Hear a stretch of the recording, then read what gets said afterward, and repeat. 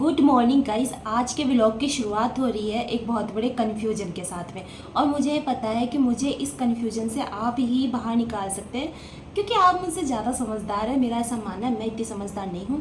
पवन जी हैं जो काम पर जा चुके हैं।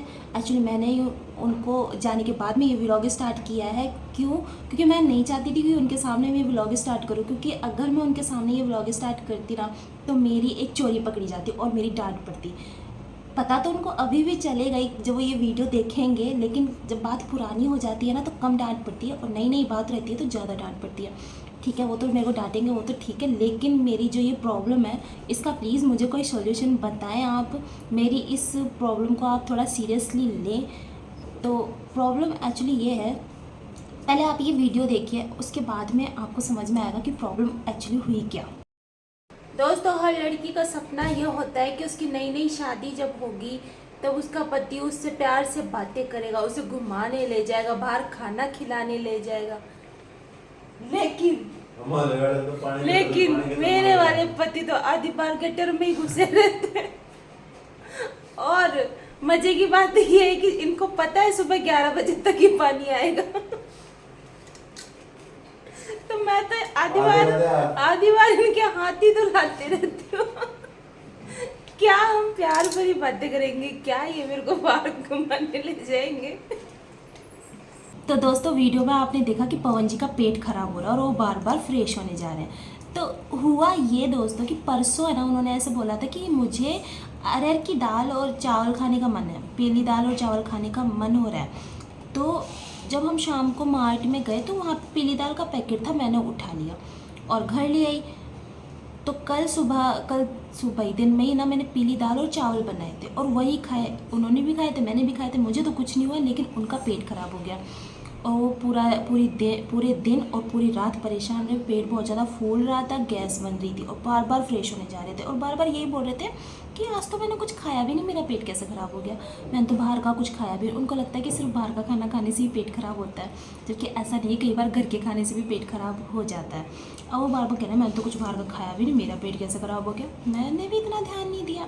लेकिन दोस्तों, अब मुझे समझ में आ रहा है कि शायद मेरे से ये गलती हो गई। अब गलती तो हो गई, पर इसका सॉल्यूशन आप मुझे दे दें तो नेक्स्ट टाइम मैं ऐसी गलती नहीं करूँगी। तो दोस्तों, अब गलती क्या है वो मैं आपको बताती हूँ। दोस्तों, अभी तक तो है ना हमारे घर में ये वाली दाल ही ज़्यादातर बनती थी। ये मिक्स दाल है, मैं यही लेकर आती थी और इसमें क्या कोई कन्फ्यूज़न नहीं है। इसमें लाल, पीली, हरी, काली सारी दाल मिक्स है और मुझे दाल के बारे में इतना नॉलेज है भी नहीं।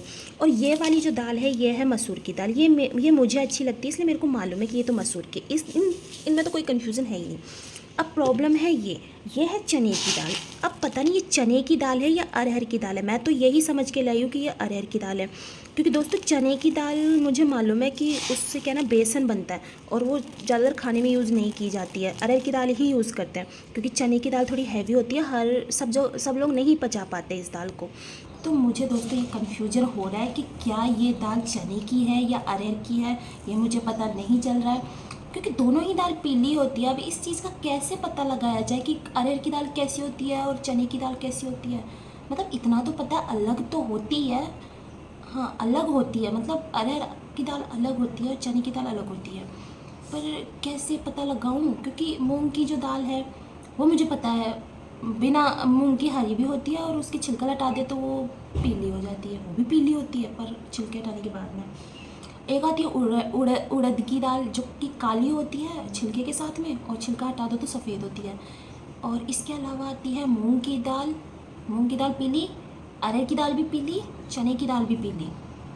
अब इनको कैसे पता लगाऊँ मैं? अब बना के खिला तो दिया, अब या तो एक बार और बनाऊँ, एक बार और खिलाऊँ, फिर पता लगे कि फिर से पेट खराब हो तो ये कन्फर्म चने की दाल है। तो या फिर इसका कोई और उपाय है पता लगाने का, तो आप मुझे ज़रूर बताएं। मेरी ये बहुत बड़ी समस्या मेरी लाइफ में आई है जिसका सॉल्यूशन दे।